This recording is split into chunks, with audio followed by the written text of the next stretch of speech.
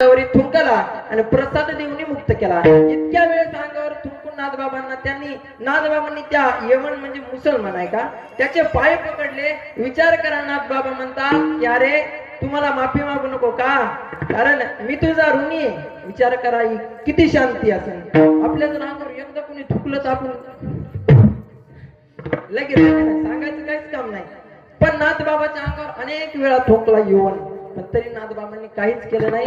नाथबाबांनी त्याचे पाय धरले आणि सांगितलं मी एवढा आळशी अरे बाबा, तुझ्यामुळे गोदावरी मातेचं इतक्या वेळेस स्नान घडलं. मी एक नाही तर दोनदा स्नान करायचो, पण आज तुझ्यामुळं एवढ्या वेळेस स्नान घडलं. मी तुझा ऋणी. ही संतांचा समाजाकडे पाहण्याचा दृष्टिकोन आहे. विठ्ठल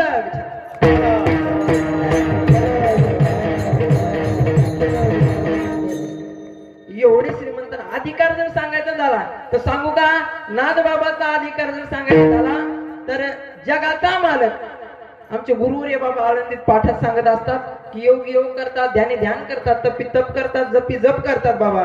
पण त्यांच्या स्वप्नालाही न जाणारा परमात्मा नाथबाबाच्या घरी कोटीनं पाणी भरत होता. हा नाथबाबाचा अधिकार. तसाच तू